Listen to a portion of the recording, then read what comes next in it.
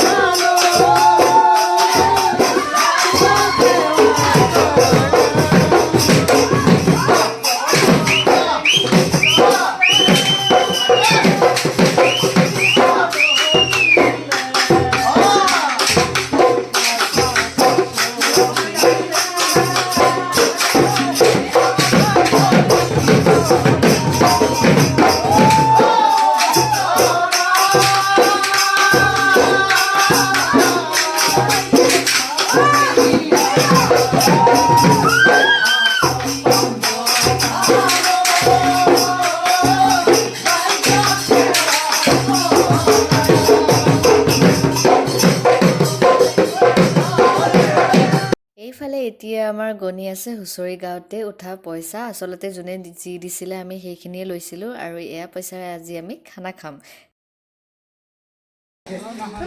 ধন ভৰালী গৰাকীক দেখাই দিছো।